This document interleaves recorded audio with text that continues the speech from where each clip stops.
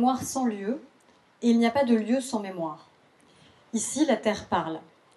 À ceux qui savent écouter, lire murmure les noms qu'on a voulu effacer, les visages qu'on a trop souvent relégués dans l'ombre, les voix qu'on a longtemps étouffées. Elle a vu, elle a su, elle a porté l'injustice autant que la dignité. Elle garde en elle la trace des pas enchaînés, des révoltes étouffées et des libertés qui ont été arrachées.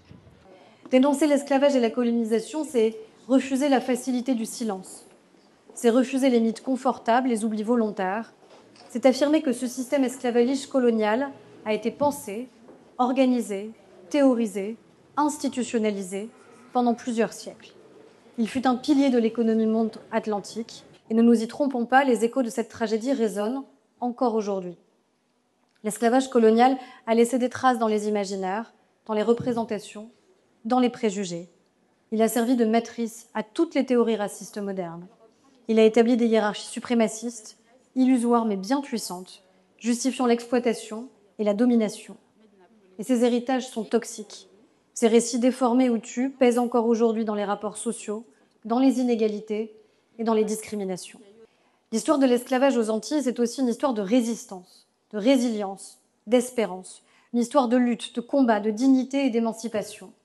Dès la fin du XVIIIe, des voix s'élèvent dans les colonies comme à Paris.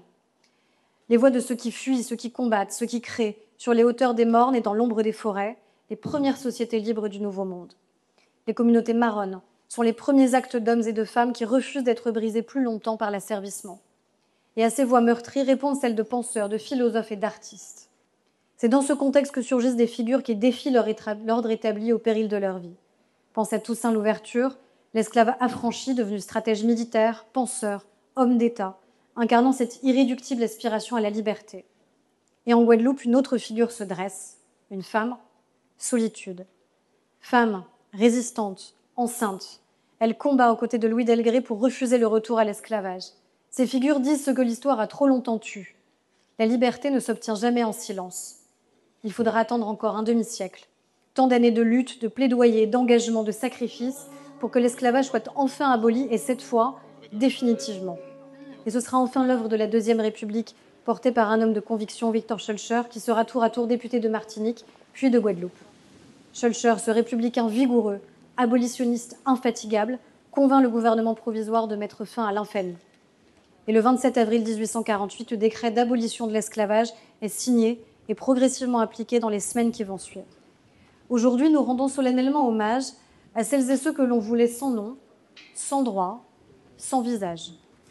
Des hommes, des femmes, des enfants que l'on a voulu nier jusque dans leur humanité. Nous leur rendons hommage et surtout nous faisons vivre leur mémoire. En 2001, la loi portée par Christiane Taubira a reconnu, au nom de la nation, que la traite négrière transatlantique et l'esclavage colonial constituaient bien des crimes contre l'humanité. En effet, l'esclavage et la colonisation ont eu des impacts non négligeables et profonds sur les sociétés antillaises. La réalité est qu'ils en ont encore aujourd'hui et que tout n'est pas réglé, notamment en Guadeloupe, comme nous avons tous pu le constater ces derniers mois. La reconnaissance par la loi Taubira était nécessaire, mais je crois qu'elle n'est pas suffisante. L'heure est venue de faire reconnaître dans l'Hexagone les particularismes historiques et géographiques, les enjeux environnementaux, climatiques, sociaux, les cultures ou les aspirations légitimes de tous les peuples ultramarins. Et nous le savons, reconnaître ce n'est pas solder, reconnaître ce n'est pas tourner la page, reconnaître au contraire, c'est s'engager. Et cet engagement commence toujours par un devoir de mémoire. Aimé Césaire tenait le principe de fraternité pour le plus important, car la fraternité signifie à ses yeux la véritable égalité entre les femmes et les hommes. Parce que la fraternité abolit les frontières du mépris et des castes. Parce que la fraternité dément les hiérarchies suprémacistes et les discriminations.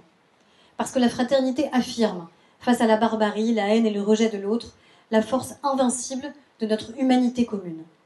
Alors, au nom de cet essentiel travail de mémoire et d'histoire, au nom de cette fraternité, au nom de la résistance et de la résilience des sociétés antillaises, faisons vivre cette espérance.